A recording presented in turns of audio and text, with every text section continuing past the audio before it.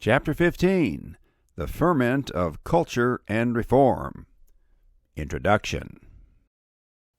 This lecture will be for you the most wonderfully, uniquely, almost unbelievably intimate foray into the core of historical American identity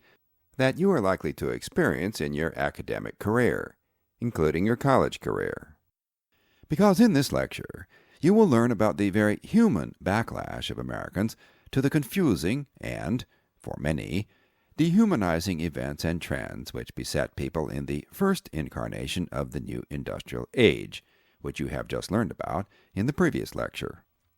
The anonymity and sterility which seemed to be the price of this modernity, the sacrifice of traditional meaning, and the degradation of the quality of daily life which seemed more inevitable as the economy gradually became more industrialized,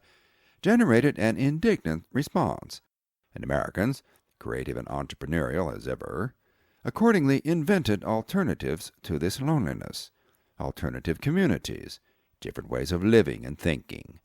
different paths to individual and collective identity, usually experimental in nature, to recover their sense of self and reinforce their pride in what had always worked for them in the past.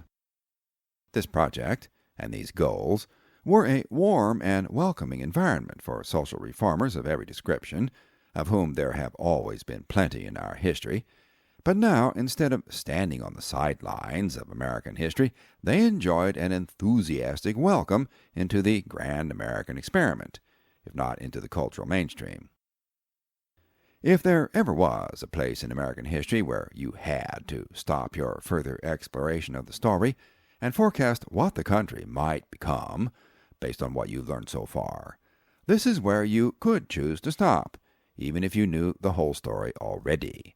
because this is where you get a deep look into the soul of your country, at a moment when it was still quivering with the faith of a child, who still hoped all things, believed all things, loved all things. This was the Edenic moment of faith, before Americans were plunged into the abyss of civil war, of brother against brother, of families shredded, of one whole section of the country put to the torch on a biblical scale, before we sacrificed blood and treasure in 2 world wars to save the jaded Europeans from themselves, before the horrors of the Holocaust, before the frightful uncertainty of the atomic age, and its nightmare sword of Damocles dangling with impersonal finality above our heads, threatening Armageddon with the sterility of a viper gazing daily at us from its basket, equally prepared to destroy us as to take a nap instead. At this magical moment, the moment in history you will study now, we, as a country, still romped in a green mountain meadow of imagination, in the warmth of an April sunrise, surrounded by blossoming gardens of promise, unacquainted with heartbreak, compared to all that has happened since.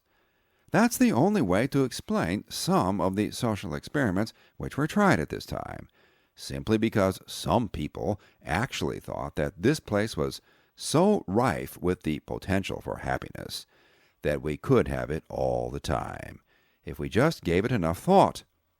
One group actually believed that Jesus had already returned, that this place, this country, was paradise, or at least paradise enough, so it didn't matter if heaven actually existed. All we had to do was figure out how to live in this paradise, here and now, and enjoy the experience. Now, it must be said that groups such as these were a bit on the fringe, even then, but you will still notice that nothing short of a social revolution occurred in the country at this time. Reformations and transformations occurred in politics, the economy, religion, education, literature, the arts, even among the historians, whose job it was to keep track of all of this. And of course the utopian experimenters in alternative social structures had a field day, as did the zealous reformers in every area of proposed social improvement and enlightenment, from the abolitionists who wanted to abolish slavery, alcoholism, crime, and every other manifestation of human weakness, sin, and depravity,